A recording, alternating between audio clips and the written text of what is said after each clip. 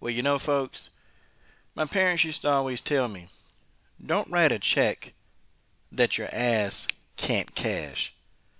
They used to tell me that. They used to always tell me, too, don't talk yourself into a situation that you know you can't back up. In the case of Kayla Harrison has been doing lots and lots of talking. Still, no substance. Talks. And it's kind of funny that within 1 year, Kayla Harrison has managed to attach herself to three of the top names in MMA. That's Cris Cyborg, Amanda Nunes, and even the great Khabib Nurmagomedov. Still, why not even challenging herself in the octagon? Stay tuned. Coach Sheldon Harrison, there never been no comparison. You're live on the show. Sit back and have a listen. All right. LDWMMAC. This is your boy Coach Sheldon Harrison, and you're live on the Coach's Show, the Coach's Show Live. Okay, guys. So, where do I start in this video? Where do I start? First of all, shout out to my homie Combo Breaker 99. It was early this morning, man. Combo Breaker 99 sent this text. And it was a photograph of Cris Cyborg responding to Kayla Harrison, okay? Which, Kayla Harrison, was sitting there, she running her mouth. And basically she said, hey, I'm prepared to fight Cris Cyborg, and we've heard this all before, okay? We've heard this all before. And you guys know that early in Kayla's career, she legit had a chance to go and fight Cris Cyborg, but Kayla Harrison decided to go to the comfortability of the PFL and take on the kind of opponents that she's been taking on, okay?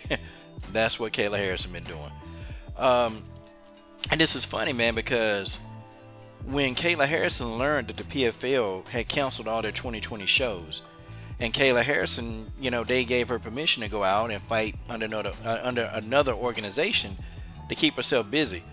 You had fans and simps of Kayla Harrison running around here talking about that Kayla Harrison, okay, could not fight in the UFC, or she couldn't fight in Bellator. Well, I call bullshit on that, okay? And I call it, because the thing of it is, man, she was in an interview with Ariel Helwani, okay? And y'all know Ariel Helwani got a way of getting the answers out of these people and making these people talk. Ariel Helwani would be a damn good prosecutor, because somebody like Kayla Harrison would get up on the stand and she would incriminate her damn self. I mean, she would. The problem with Kayla Harrison is that she talked too much and she can't shut up.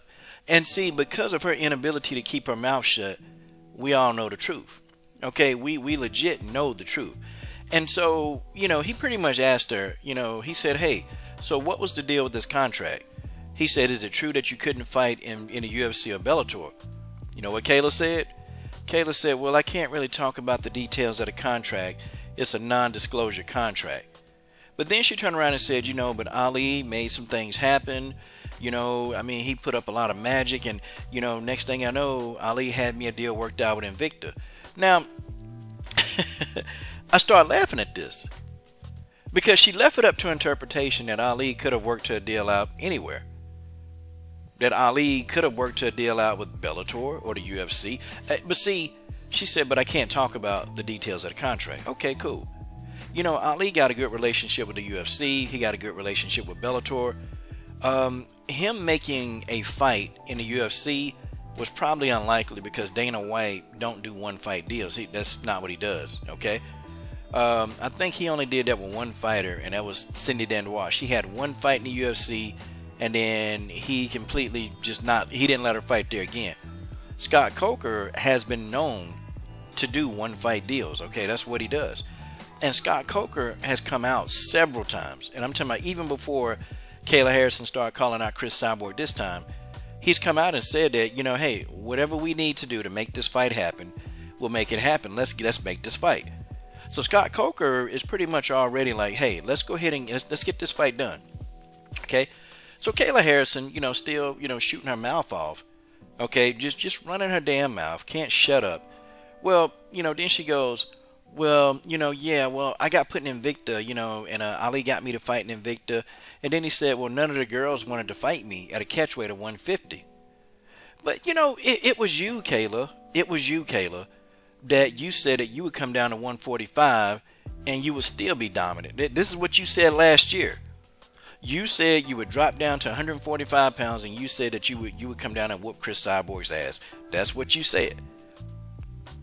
I mean, it's on interviews. I mean, you did a little dumb, idiotic interview. You did several stupid interviews on TMZ. These are facts. This is out there. You said you would come down. So, the fact that you're saying that these people wouldn't come up to 150 pounds to fight you, Kayla tried to make it seem like that, she was afraid. Here's the thing, though. And this is what y'all didn't know. She fought Courtney King at 145 pounds. And Courtney King didn't want to fight you at 150 pounds. So how does this make sense? Guys, I mean, anybody with any common sense listening to this video, how does this make sense? Nobody wanted to fight you at a catchweight of 150. Courtney King took the fight with you, but Courtney King wouldn't fight you at a catchweight of 150. How are you going to explain that? And then you ended up fighting Courtney King at 145 pounds. How are you going to explain that? See, the more that this girl talks and talks and talks, it's like, everything she's saying, look, you scared, you don't want to fight Cyborg. And let me tell you something right now. If Kayla Harrison don't come out, I'm talking about in a day or two, and respond to this call out by Cris Cyborg, Cris Cyborg she put the emoji, yeah, please, I want to fight you because you talk too much and I'm ready to end you now. I'm ready to end this hype train right where you stand. That's Cris Cyborg. Cris Cyborg want to fight you now.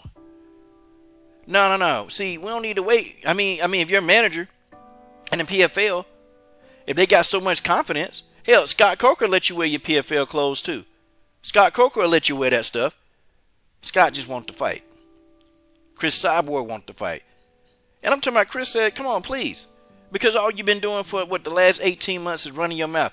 I mean, even when you were 3-0, you were running around here talking about you're going to come up, move up, and go to 145 and take Cris Cyborg out. Like, I mean, you've been saying it for years. Yeah, I mean, and you are a damn clout chaser. That's what you are. That's all you are. You don't have Amanda Nunes name in your mouth. You don't put Khabib Nurmagomedov name in your mouth. And I'm sitting here like, are you seriously running around here thinking that you could beat Khabib in a judo match? And, even though Khabib's a black belt, nope, you had legions of Kayla Harrison fans running around here saying, well, Kayla makes a point. Kayla don't make any points. Kayla Harrison is an insecure, arrogant, self-centered PG-13 channel. That's what she is. And the girl is so insecure in her own skin. Guys, I mean, you can see it from a mile away that this woman is so insecure. I'm going to tell you something. Judo and MMA now is all that Kayla Harrison has. She can't go and do a bunch of modeling ads and, like use her looks, to go do other stuff. She can't do that. Okay? She can't do that. She can't do any of that. She's got this arrogant attitude. And, if she loses in this, you see, well, that's going to do a whole lot of things. Okay, and it's going to mess up a whole lot of things for her. But, hey, you got your team. She got a goofy team running around there telling her, well, hey, you could be Cyborg. You could be Cyborg. It's the same thing that Megan Anderson, her team did. Her team was pumping her head up saying you can beat Cyborg. And what happened? The damn girl had a mental breakdown at the thought of having to fight Cris Cyborg. Damnedest thing I ever seen, y'all. This girl had a mental breakdown at the thought of fighting Cris Cyborg. I mean, Kayla Harrison, people always say don't compare Kayla to Ronda Rousey. Their personalities, they're so similar that it's not even funny. And when Kayla Harrison get knocked out, and her first loss is going to be by knockout. When she get knocked out, you're going to see how Kayla Harrison responds. Okay, she's going to cry. She's going to complain. She's going to whine. And then, she's going to get missing for a period of time. That's what's going to happen. See, that's what people like her do. They're not mentally stable enough to handle, a loss or a setback. Because she done had so many setbacks and losses in her life. It's like, okay, well, this is the one thing, MMA and judo that don't, that just don't have never let you down. Their love has been unconditional. But see, what Kayla Harrison is forgetting, that the love that MMA have for you, they also got the love for everybody else that want to whoop your ass. Okay, that's what it is. Look, Kayla, she's too arrogant. Okay, she's much too arrogant to admit that, you know, she did get exposed. She's much too arrogant to say, you know, hey, you know, listen, you know, maybe, you know, right now it's just not time for me to take this kind of fight on. I probably need some time to get myself ready. She's too arrogant. Okay, she's much too arrogant to do that, and her arrogance is going to be the reason why she get beat up by Cyborg. Okay, Cyborg gonna smoke her, or Cyborg is going to continuously call this girl out. And I'm talking about now. See, now that you got Cris Cyborg already started, now the call outs are going to be hot and heavy. Every time you turn around, Cris Cyborg is going to be on this girl's ass. Okay, she's going to be on her ass. And see, Kayla Harrison is so arrogant that she thought she can go into a sparring session and try to body Amanda Nunes up. But see, when Amanda Nunes when Nunes realized that you were trying to take it seriously, Amanda Nunes went in there and whooped your ass. Why did she do that? Because she had to let you know. Okay, she had to let you know that you're not as good as you think you are. You're not as good as you think you are. You're just a big mouth. You talk a whole lot of game, and you're arrogant. Is what the hell you are. I mean, so arrogant that you would say that you can out-grapple Khabib. That, you know, and the amount of arrogance that this woman displays, it's just terrible. It's just terrible. Okay, she don't have any kind of humility whatsoever. But I tell you what, you fight Cyborg, you will be humbled. Okay, I promise you will be humbled. There's no ifs, ands, or buts or in between. You fight Cris Cyborg, you're gonna get humbled. Well, now, guess what? You've already got your mouth open. You've already opened your mouth, and now, okay, here it is. You got Cris Cyborg attention now. Now, see, Kayla, what are you going to do? Because we want this fight. Because we're going to see what all of us know is going to happen to you, okay? It's going to be bloody and violence, and you're going to be cut for the first time in your career. You're going to be hurt for the first time in your career. You're going to feel pain for the first time in your career, okay? That's what. Let's get this fight, Kayla. Let's get the fight done, okay? Let's make this fight. Let's everybody stop saying she ain't ready, okay? Because the girl's so damn stupid, okay? She's so arrogant. She's so stupid. She don't know that now, okay, you asked for it. Now you got it. Checkmate. The battle starts now.